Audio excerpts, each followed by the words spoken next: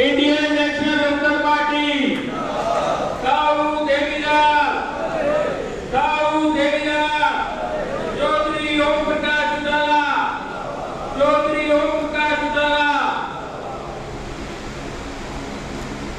बहुत बहुत धन्यवाद। अब मैं भाई साहब से बोलने से पहले दो पंक्तियां जरूर पढ़ूंगा। झूठ की आंधी सच्चाई का दीप बुझा नहीं सकती, कोशिश कर ले आग चाहे कितनी पानी को जला नहीं सकती। झूठ की आंधी सच्चाई का दीप बुझा नहीं सकती, कोशिश कर ले आग इतनी मर्जी पानी को जला नहीं सकती। जिसके साथ खड़ी है जनता जनार्दन की ताकत, उसे मोदी सोनिया समेत दुनिया की कोई ताकत हरा नहीं सकती।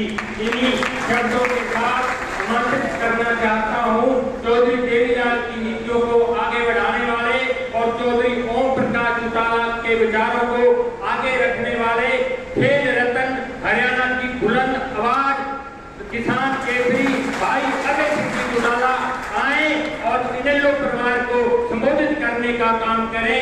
ताऊ देवीलाल, चौधरी ओम प्रकाश चौटाला, भाई Abhay Singh Chautala, Indian National Lokdal party. आपका बहुत बहुत धन्यवाद भाई Abhay Singh Chautala.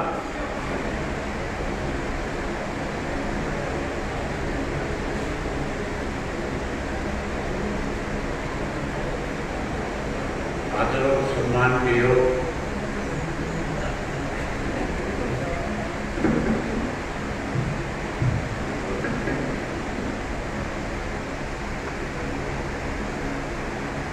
Indian National Lokdal party के राष्ट्रीय संगठन सचिव पूर्व गृह मंत्री श्री श्याम सिंह राणा जी, पार्टी के वरिष्ठ नेता पूर्व में रहे मंत्री चौधरी भागीराम जी, जिला के अध्यक्ष सरदार कश्मीर सिंह जी, हल्का के अध्यक्ष चौधरी अभय सिंह खोड़ जी, शहरी अध्यक्ष डॉक्टर विनोद गोदारा जी, हमारे बीच में कुरुक्षेत्र से चल करके आई अंतर्राष्ट्रीय खिलाड़ी श्रीमती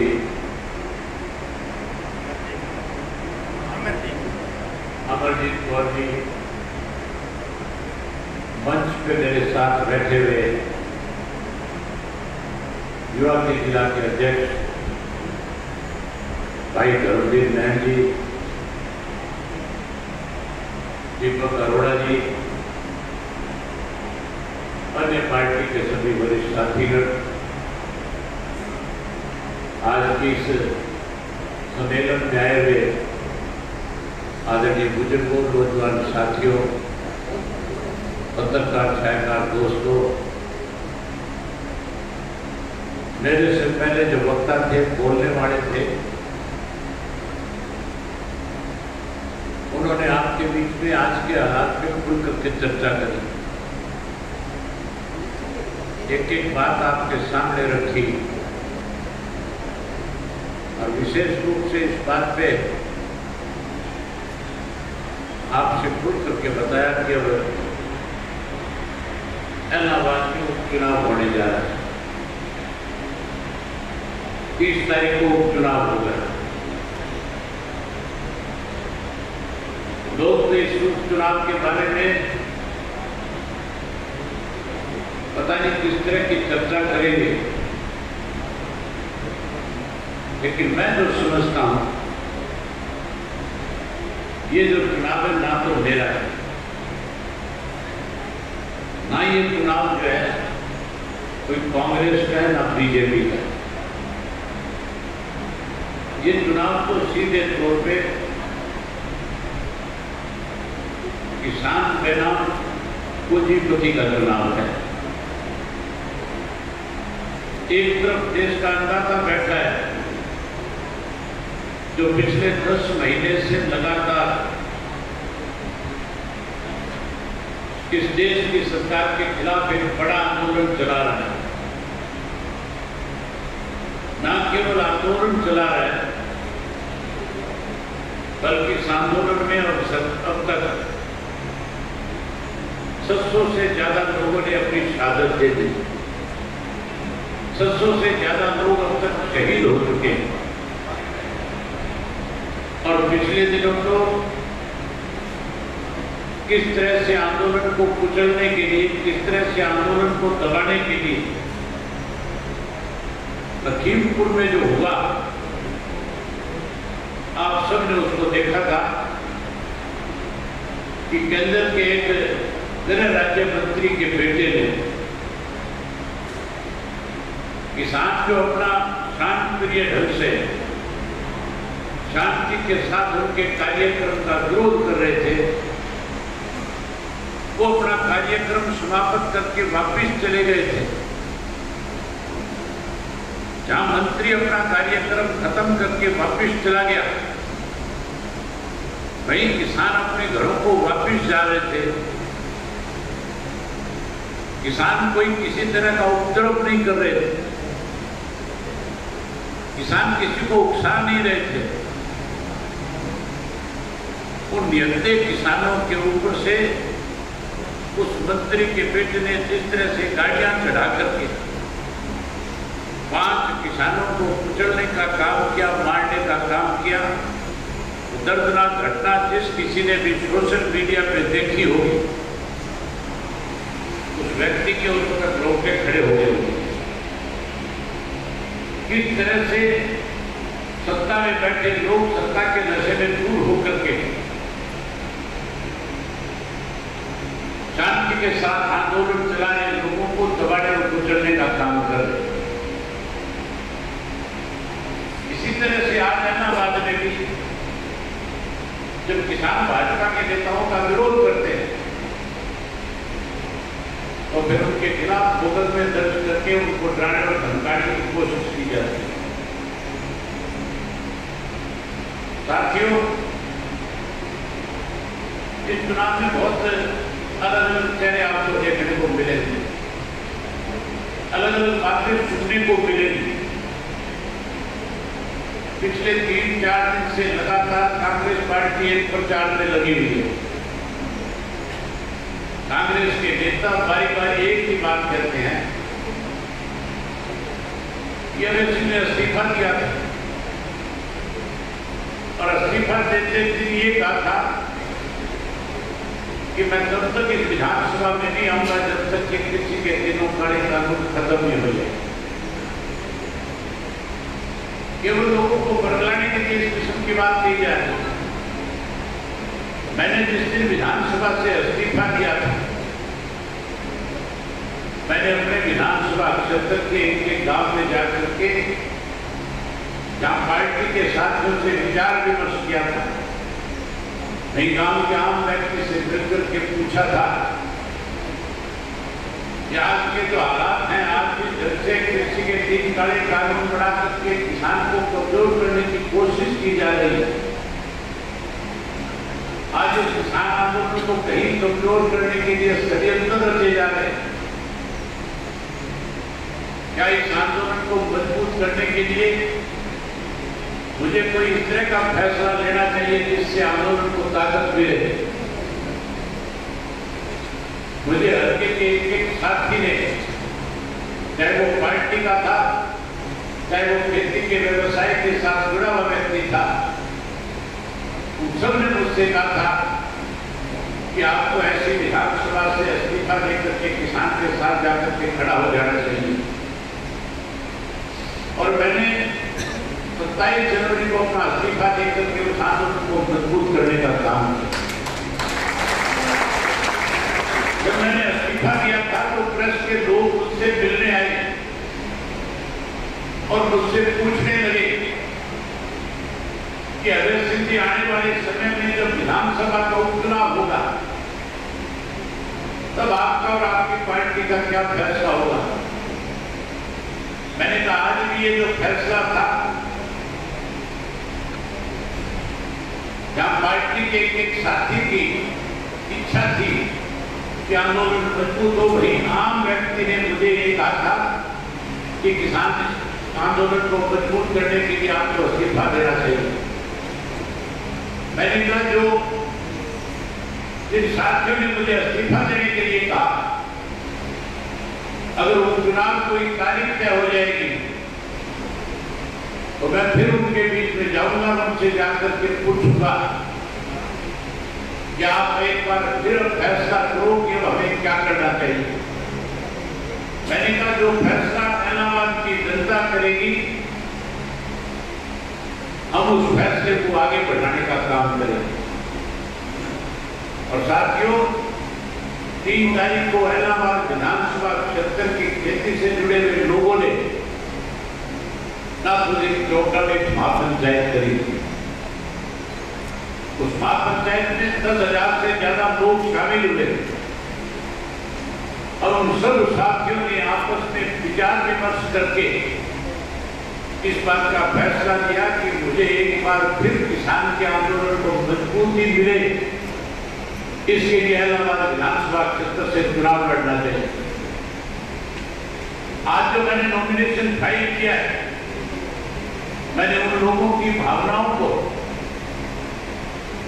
उन लोगों का जो फैसला था उसको स्वीकार करके आज इस विधानसभा से चुनाव लड़ने का फैसला लिया। मैं कांग्रेस के लोगों से एक बात पूछना चाहता हूं कि कांग्रेस के लोग बारी बारी मुझे कहते हैं कि आपको चुनाव नहीं लड़ना चाहिए। कांग्रेस को चुनाव लड़ना, कांग्रेस इसलिए यहां से नॉमिनेशन फाइल कर रही है। अगर कांग्रेस के लोग किसान के हितैषी होते, अगर कांग्रेस के लोग चाहते कि 3 काले कानून खत्म हो, तो फिर कांग्रेस पार्टी के लोग सन 2012 और 13 जब सत्ता में थे तो उस वक्त उनको एमएसपी का कानून बना देना चाहिए। उन्होंने एमएसपी का कानून बनाने की बजाय 2012 और 13 के अंदर एक ड्राफ्ट तैयार किया। आज जो ये कृषि के 3 काले कानून हमारे ऊपर लागू है, इसका ड्राफ्ट अगर किसी ने तैयार किया था तो उस पार्टी का नाम कांग्रेस पार्टी है। इस कांग्रेस वालों ने ड्राफ्ट तैयार किया और 2013 के अंदर लोकसभा का जब सेशन आया था, उस सेशन के दौरान एक बिल लोकसभा में पेश किया गया कि कानून, इसको कानून का रूप दिया जाए। उस वक्त में भारतीय जनता पार्टी अपोजिशन में थी, सुषमा स्वराज जी अपोजिशन की लीडर हुआ करती थी, जो आज हमारे बीच में नहीं है। उन्होंने इन तीनों काले कानून जो उस वक्त कांग्रेस बनाना चाहती थी, इसका डट करके विरोध किया था। भूपेंद्र सिंह हुड्डा का बेटा उस वक्त में केएफसी जो एक बड़ी कंपनी है, जिस कंपनी ने अपनी फैक्ट्री गुजरात में लगानी चाहिए थी, गुजरात की उस वक्त की सरकार ने उसको लाइसेंस देने की बजाय ये कह करके मना कर दिया था कि अगर इस तरह की बड़ी बड़ी कंपनियां हमारे देश में स्थापित होगी तो फिर आने वाले समय में किसान और मजदूर जो है बर्बाद हो जाए। उस वक्त वो भाजपा विरोध करती थी, उस वक्त वो देश का प्रधानमंत्री, गुजरात का मुख्यमंत्री था, वो लाइसेंस नहीं दे रहा था। लेकिन आज कैसे पूंजीपतियों को और ज्यादा मालदार किया जाए, कैसे उनको और ज्यादा बड़ा बनाया जाए, इसके लिए साथियों 2012-13 में जिस कांग्रेस पार्टी ने इसको कानून बनाने का प्रयास किया था, मेरे से पहले आपके सामने राणा साहब ने बताया था कि इसलिए वो बिल गिर गया था, इसलिए वो बिल पास नहीं करा सके, इनके पास, कांग्रेस वालों के पास बहुमत नहीं था। जो सहयोगी पार्टियां थी, उन्होंने स्पष्ट कह दिया था कि अगर इस तरह का कोई कानून आप बढ़ाओगे तो फिर हम आपके पक्ष में वोट डालने की बजाय इस बिल को गिराने का काम करेंगे, हम इसका विरोध करेंगे। अगर मिल भी जाता तो फिर सरकार भी जानी थी, इसलिए उसको वापिस स्टैंडिंग कमेटी के पास भेजने का काम किया, ठंडे बस्ते में डालने का काम। और भारतीय जनता पार्टी के पास जैसे हुकूमत की सत्ता बनी, उन्होंने तुरंत इन कानूनों को इस देश के अंदर अध्यादेश जाकर के और कानून बनाने का काम किया। जितनी दोषी बीजेपी है इसके लिए, कांग्रेस पार्टी भी उतनी दोषी है। जो कांग्रेस के लोग मुझे कहते हैं चुनाव में लड़ रहे हो, उनसे भी पूछना चाहता हूँ, आपके बीच आए तो आप भी पूछना। अगर भूपेंद्र सिंह उठाए तो उससे पूछना, सहला जी आए तो उससे पूछना। या आप ये बताओ कि कानूनों का ड्राफ्ट किसने तैयार किया था? फिर उनसे पूछना कि अगर आप किसानों के इतने बड़े हितैषी हैं तो फिर 10 महीने से आंदोलन चल रहा है। आपकी पार्टी ने इस आंदोलन के लिए ये जो अंदाजा है, जो किसान जो है, इनके बीच में कहां जाकर के समर्थन दिया? अखबारों में ध्यान दिए, लेकिन एक दिन ना टीकरी के बॉर्डर पे गए और ना एक दिन सीबू के बॉर्डर पे इनमें से कोई गया, ना इनमें से कोई एक दिन किसी टोल पे गया, और ना इनमें से किसी एक ने एक दिन किसी धरने में जाकर के इसका समर्थन किया। इंडियन नेशनल लोकदल पार्टी ने तो जैसे ये कानून बनाया गया, जैसे अध्यादेश लाया गया, अगर सबसे पहले किसी राजनीतिक दल ने 3 काले कानूनों का विरोध किया, वो पार्टी आपकी अपनी इंडियन नेशनल लोकदल पार्टी है। आज भी अगर कोई सबसे ज्यादा मजबूती के साथ इन किसानों के साथ इस आंदोलन का हिस्सा है, वो केवल और केवल इंडियन नेशनल लोकदल पार्टी है। साथियों, इस चुनाव के अंदर इस बात का फैसला करना आप लोगों ने कि क्या पूंजीपति जो है वो ताकतवर हो या फिर किसान की ताकत बढ़े। अगर मेरे पक्ष में वोट डालोगे तो फिर किसान को और बड़ी ज्यादा ताकत मिलने का काम होगा। अगर किसी दूसरे का दाव मिल गया तो फिर मान के चलो इन पूंजीपतियों को कहीं ना कहीं ताकत मिलेगी। इसकी लड़ाई किसान बिना अंबानी और अडानी है।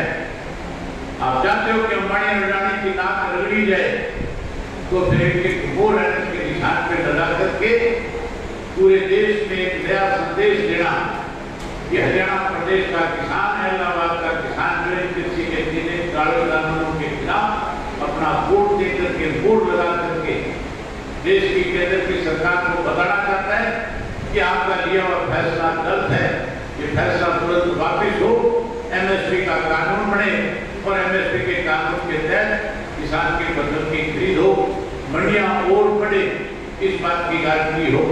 ये सारी चीजें तब होगी जब साथियों आप अपना एक वोट किसान के सामने लगा करके अपनी पार्टी को जिताने का काम करोगे। यही बात आपसे करने आया था। आप सबने मेरी बात सुनी, आप सबका बहुत धन्यवाद। जय हिंद, जय हिंद।